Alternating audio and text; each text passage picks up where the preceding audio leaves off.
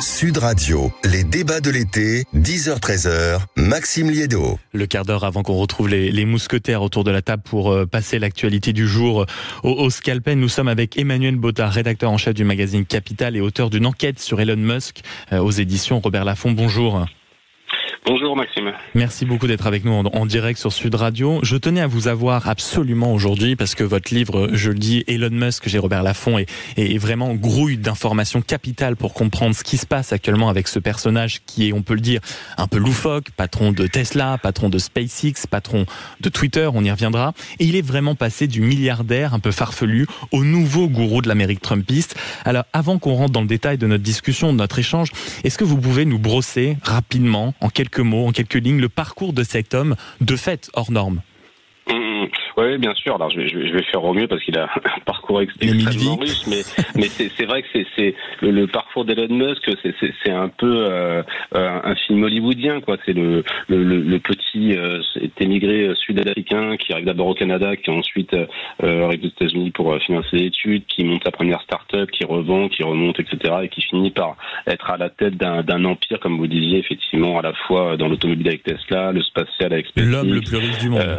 L'homme le plus riche du monde. Alors il y a une petite bataille quotidienne hebdomadaire avec on a les batailles qu'on peut, chacun les siennes. Exactement, mais à plus de 200 milliards de dollars, effectivement. Bon, voilà, c'est un homme extrêmement riche, extrêmement puissant, parce qu'il a aussi Twitter et c'est qui est une caisse de résonance mondiale sans équivalent, qui par ailleurs, il faut bien le rappeler aussi, a plus de 180 millions de followers sur Twitter, donc qui lui-même effectivement est une sorte de gourou médiatique qui est suivi par des gens qui sont complètement aimantés. Enfin, moi j'ai eu la chance d'aller au Texas et de rencontrer des zélotes, quoi, vraiment des gens qui suivent, qui sont prêts à mourir pour lui.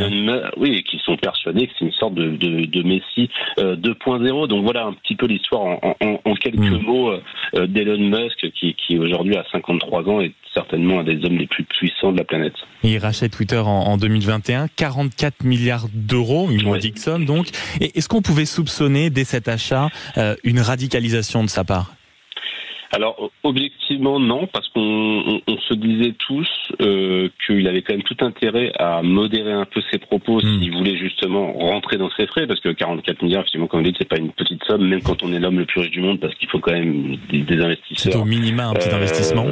Voilà, pour vous appuyer, et puis il faut rentrer dans ses frais. Enfin, il y a des crédits à rembourser, des investisseurs qui veulent aussi voir leur investissement se rentabiliser. Donc on pensait, c'est ce qu'il avait d'ailleurs dit aux annonceurs qui, dans un premier temps, étaient extrêmement effrayés et avaient dit nous on met tout sur pause parce qu'on attend de voir. Il leur avait dit ne vous inquiétez pas, évidemment ça sera modéré, évidemment tout et n'importe quoi ne sera pas dit. Le fait est qu'en fait très rapidement ça a dérivé. Il a commencé de toute façon par s'attaquer à l'équipe de modération en licenciant à peu près tout le monde. Ensuite effectivement il a réouvert les comptes de tous les complotistes du monde entier, et donc on le voit maintenant, il y a de plus en plus de propos haineux. L'algorithme lui-même a manifestement été revu et fait que vous avez de plus en plus accès, et on vous propose de plus en plus des vidéos virales qui sont soit violentes, soit avec des propos haineux, enfin bref, des propos un petit peu en tout cas qui sont censés vous faire réagir, parce que malheureusement on sait que en général les gens réagissent plutôt aux propos et aux vidéos négatives. Et donc non, c'était compliqué de voir ça chez lui au début. En tout cas que ça irait si loin. On pensait quand même qu'il finirait par rentrer dans l'ordre, mais c'est pas le cas. En tout cas, une dérive qu'on aperçoit, c'est pour certains en tout cas qualifié comme étant une dérive, c'est sa proximité avec Donald Trump depuis quelques jours de façon vraiment évidente, un soutien qui est aussi financier parce qu'il lui a promis plus de 45 millions de dollars par mois pour soutenir sa campagne, et il a organisé hier une très grande discussion sur le réseau social X, justement visionnée par des centaines de millions de personnes. Comment on explique cette familiarité entre ces deux hommes qui s'affichent objectivement de plus en plus clairement à quelques semaines de l'élection présidentielle américaine? Alors encore une fois, effectivement, il y avait déjà eu un premier contact, plus qu'un premier contact d'ailleurs pendant la mandature de Trump, où Elon Musk n'était pas le seul, il y avait eu de très nombreux patrons, avait fait partie d'une sorte de cercle de conseillers économiques, mais en fait Elon Musk était rapidement sorti de ce cercle parce qu'après que Donald Trump ait décidé d'extraire les États-Unis de l'accord de Paris sur le climat, et il avait plutôt pris ses distances, et même sur la fin, il avait eu quelques mots doux.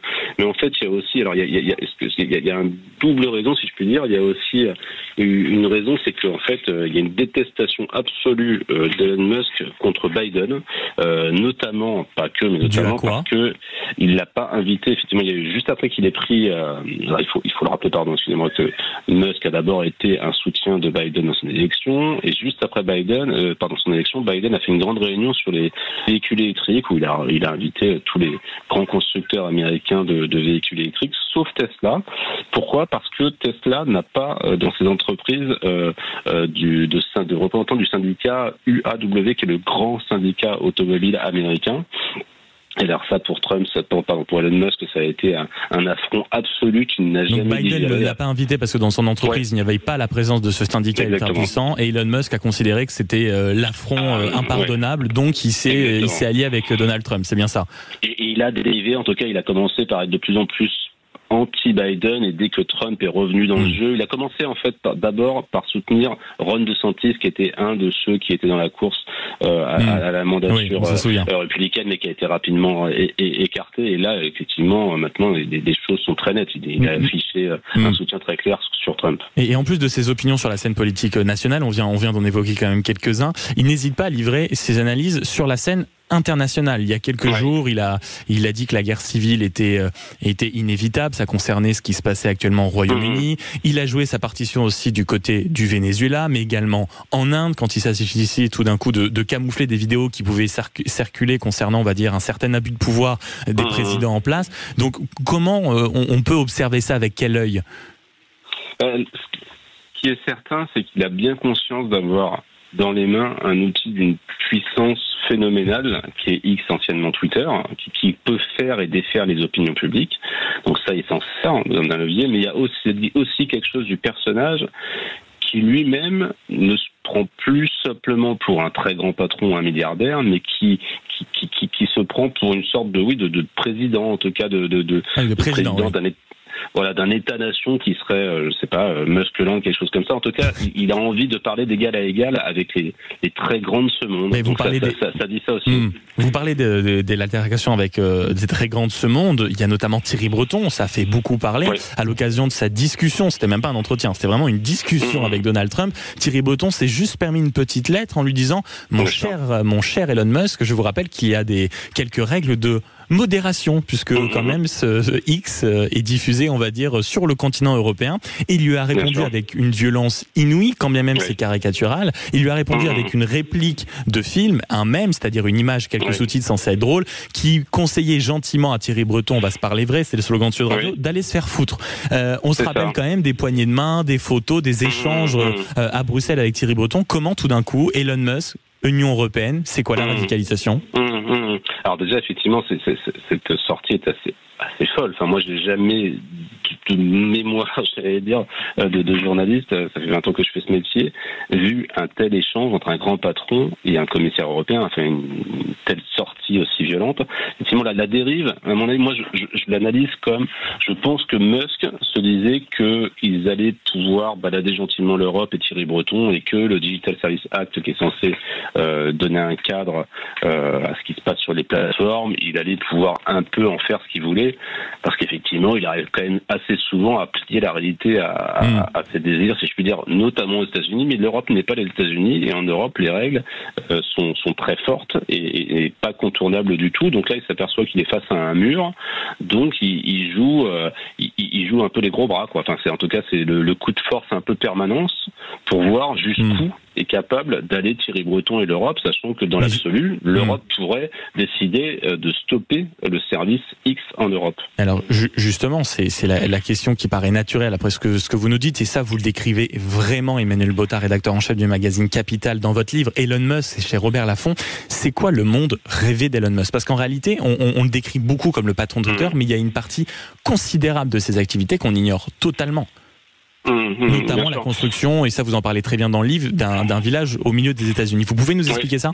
Bien sûr, bien sûr. C'est vrai que là, effectivement, aujourd'hui, Elon Musk, on ne le voit plus que comme l'incarnation soit du patron de X, soit effectivement d'une nouvelle incarnation de la droite extrême aux États-Unis. Mais Elon Musk, c'est surtout quelqu'un qui n'a qu'un rêve, enfin en tout cas qui a un rêve absolu, c'est la conquête de Mars, parce qu'il est persuadé qu'à court ou moyen terme, la Terre est vouée à disparaître, donc il faut faire de l'espèce humaine une espèce multiplanétaire, donc il faut conquérir Mars. Et pour conquérir Mars, la première étape, c'est d'avoir des fusées.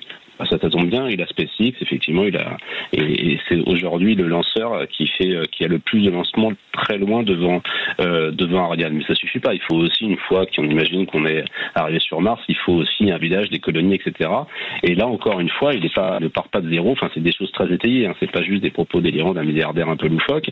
Il a construit, et ça, c'est vrai qu'on en parle assez peu, à 1 heure de route d'Austin, donc la capitale du Texas. Il est en train de construire pendant une ville qui s'appellera Snowbrook. Donc il a quand même racheté au fil des ans 1400 hectares. Donc c'est pour avoir à peu près en tête, c'est l'équivalent d'une ville comme Saint-Tropez en France. Et l'idée, c'est d'avoir vraiment une sorte de phalanstère où il abriterait plusieurs milliers de salariés SpaceX, qui est déjà au Texas, mais au Tesla, qui a aussi une... Donc c'est une ville du futur au service des employés qui travaillent pour lui. Exactement, voilà, où il y aurait tout, hein. Il y a déjà un gymnase, une piscine, il y aurait des maisons où les loyers seraient 3 fois plus bas que sur le marché local pour que les gens soient attirés sur place. Et l'idée, c'est plutôt, en réalité, c'est une sorte de maquette grandeur nature qui pourra ensuite dupliquer pour ces colonies martiennes. Donc là encore, on voit une autre brique dans sa volonté de coloniser Mars, parce que c'est ça aussi son rêve ultime. C'est pas l'unique, mais en tout cas son objectif final, il a toujours dit, c'est ça. Ville du futur, coloniser Mars. Dernière question qui finalement va clore un peu notre échange. Est-ce que tout ce qui atteint Elon Musk, tout ce qui touche à lui, que ce soit ses propos politiques, ses propos sur l'économie, ses soutiens, etc. On rappelle même que sur Twitter, il a réhabilité de grandes personnalités complotistes et d'extrême droite avec des comptes et des millions de personnes. Est-ce que le sujet autour de lui, l'éléphant dans la pièce, ce n'est pas le sujet de la modération ?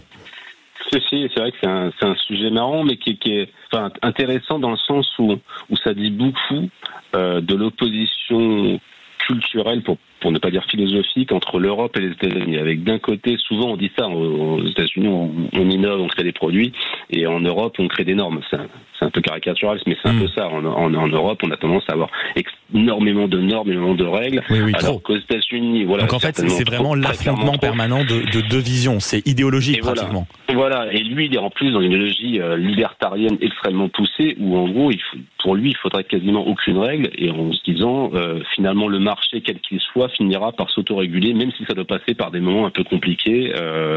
C'est grave. À la fin, finalement, la main du marché, comme on dit, finira par s'autoréguler. Et de la même façon que pour aussi, effectivement, ce qui est la liberté de parole, ça finira par se réguler, les gens finiront par se faire leur propre opinion. Merci beaucoup Emmanuel Bottard, rédacteur en chef du magazine Capital, et votre enquête Elon Musk, c'est chez Robert Laffont. Merci beaucoup d'avoir été avec nous. Dans quelques instants, auditeurs, on se retrouve au 0826 300 300 en direct dans ce studio. C'est l'heure des grands débats de l'été, avec notamment le retour des lettres, les liaisons dangereuses en politique. C'est dans quelques instants. À tout de suite.